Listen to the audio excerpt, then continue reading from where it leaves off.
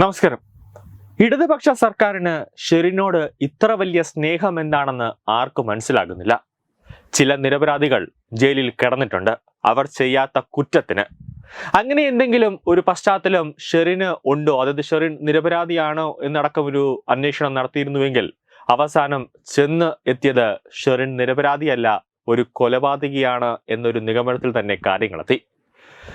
ഒരു കയ്യബദ്ധത്തിൽ പറ്റിയ സംഭവമൊന്നുമല്ല. പണത്തിനോടും സ്വത്തിനോടും ആക്രാന്തമൂത്ത് ഷെറിൻ കുത്തിക്കൊന്നതാണ്. അങ്ങനെയുള്ള ഒരു വ്യക്തിയെ എന്തിന് സർക്കാരിന്റെ എല്ലാ സംവിധാനങ്ങളെയും എല്ലാ നിയമവാഴ്ചകളെയും കാറ്റിൽ പറത്തിക്കൊണ്ട് സംരക്ഷിക്കുന്നു എന്ന ചോദ്യമാണ് നിലവിൽ ഉയരുന്നത്. ജയിലിലെ സ്ഥിരം പ്രശ്നക്കാരിയാണെങ്കിലും ഷെറിനെ അവിടുത്തെ ഉദ്യോഗസ്ഥർക്കെല്ലാം വളരെ ഇഷ്ടമാണ്. ഷെറിന്റെ ഒരൊറ്റ ഫോൺ കോൾ മതി സെക്രട്ടേറിയറ്റിൽ ഷെറിന് വേണ്ടി എല്ലാ നിയമ സംവിധാനങ്ങളും കണ്ണടയ്ക്കും. ഷെറിന് പരോൾ അനുവദിക്കുന്ന കാര്യത്തിൽ അധികൃതർ നിയമങ്ങളോ ചട്ടങ്ങളോ ഒന്നും നോക്കാറില്ല. അവിടെയെല്ലാം ഷെറിന്റെ ദാസന്മാരാണ്. എല്ലാ നിയമങ്ങളും കാറ്റിൽ പറത്തിക്കൊണ്ടാണ് സർക്കാർ ഷെറിന് വേണ്ടി ഓരോ നീക്കങ്ങളും ഇതുവരെയായി നടത്തിക്കൊണ്ടിരിക്കുന്നത്. കൂടാതെ ഷെറിന്റെ കൈവെള്ളയിൽ തന്നെ ഒരു മന്ത്രിയുമുണ്ട്. ഒടുവിൽ നല്ല നടപ്പ് തിയറിയിൽ മോചനവും ഷെറിന് വന്നു. ചെങ്ങന്നൂർ ഭാസ്കര കാർണവർ വധക്കേസ് പ്രതി ഷെറിൻ അടക്കം 11 പേർക്ക് ശിക്ഷാ ഇളവ് നൽകി വിട്ടയക്കണമെന്ന സർക്കാർ ശുപാർശ ഗവർണർ രാജേന്ദ്ര വിശ്വനാഥ് ആർലേക്കർ ഉടൻ ഒപ്പുവയ്ക്കുമെന്നാണ് പുറത്തുവരുന്ന വിവരം. 3 കേസുകളിലായാണ് 11 പേർക്ക് മോചനം നൽകുന്നത്. ഷെറിനെ വിട്ടയക്കുന്നത് വലിയൊരു വിവാദമായിരുന്നു.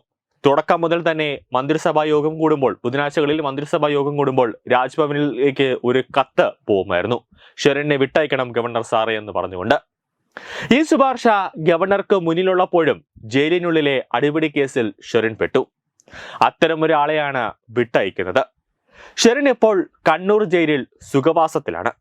2009 ഭർത്തപിതാവായ ഭാസ്കര കാർണവരെ ഷെറിനും അതോടൊപ്പം തന്നെ മറ്റു 3 പ്രതികളും ചേർന്ന് കൊല ചെയ്യപ്പെടുന്നത്, അതും വീട്ടിനുള്ളിൽ വെച്ച്. നേരത്തെ ഷെറിന് ശിക്ഷാ ഇളവ് നൽകി വിട്ടയക്കണമെന്ന് സർക്കാർ ഒരു ശുപാർശ ചെയ്തിരുന്നു. ഇവർക്ക് അടിക്കടി പരോൾ കിട്ടിയതും ജയിലിൽ സഹ തടവുകാരിയുമായി ഒരു പ്രശ്നത്തിലേക്ക് ഏർപ്പെട്ട് ഒരു ഏറ്റുമുട്ടൽ ഉണ്ടാക്കിയതുമടക്കം ഷെറിന്റെ പരോള് വേണ്ട എന്നൊരു നിഗമനത്തിലേക്ക് കാര്യങ്ങളെത്തി. കൂടാതെ അതെല്ലാം തന്നെ രാജ്ഭവന്റെ ശ്രദ്ധയിൽ വരികയും ചെയ്തു. ഇതേ തുടർന്ന് ഓരോ തടവുകാരുടെയും കുറ്റകൃത്യം, ശിക്ഷ, പരോൾ ലഭ്യമായത്, ജയിലിലെ പെരുമാറ്റം തുടങ്ങിയ വിശദാംശങ്ങൾ പ്രതിപാദിക്കുന്ന ഫോറം രാജ്ഭവൻ ഏർപ്പെടുത്തി. ശിക്ഷ വിധിച്ചിട്ടുണ്ടെങ്കിലും ഷെറിന് ശിക്ഷയേക്കാൾ ഏറ്റവും കൂടുതൽ ഷെറിൻ അനുഭവിച്ചത് പരോളാണ്. ശുപാർശയോടൊപ്പം ഈ ഫോറം പൂരിപ്പിച്ച് സർക്കാർ വീണ്ടും ഫയലിൽ സമർപ്പിക്കുകയായിരുന്നു. ജീവപര്യന്തം തടവിന് ശിക്ഷിച്ച് 14 വർഷം തടവ് പൂർത്തിയാക്കിയവരെയാണ് മോചിപ്പിക്കുന്നത്. മദ്യപിച്ച് വഴക്കുണ്ടാക്കി അയൽക്കാരെയും ബന്ധുക്കളെയും അപായപ്പെടുത്തിയ മറ്റു 2 കേസുകളിൽപ്പെട്ടവരാണ് ശിക്ഷാ ഇളവ് ലഭിച്ച മറ്റ് ഉള്ളവർ. മലപ്പുറത്തും തിരുവനന്തപുരത്തുമുണ്ടായ ഈ കേസുകളിൽ 5 വിധം പ്രതികളാണുള്ളത്. ഷെറിന് ഏപ്രിൽ മാസം 5 മുതൽ 23 വരെ 2 ആഴ്ചത്തെ പരോളും അനുവദിച്ചിട്ടുണ്ട്. ശിക്ഷാ ഇളവ് നൽകി മോചിപ്പിക്കാനുള്ള മന്ത്രിസഭാ തീരുമാനം ശക്തമായ പ്രതിഷേധത്തെ തുടർന്ന് മരവിപ്പിക്കുകയാണ് അന്നുണ്ടായത്. ഇതിന് വിരുദ്ധമായാണ് ഇപ്പോൾ പുറത്തുവരുന്ന ജയിൽ മോചന റിപ്പോർട്ട്. ജീവപര്യന്തം തടവിന്റെ ഏറ്റവും കുറഞ്ഞ കാലയളവായ 14 വർഷം പൂർത്തിയായതിനു പിന്നാലെ ശിക്ഷാ ഇളവ് നൽകി ഷെറിനെ സ്വതന്ത്രനാക്കാനാണ് സർക്കാരിന്റെ തീരുമാനം.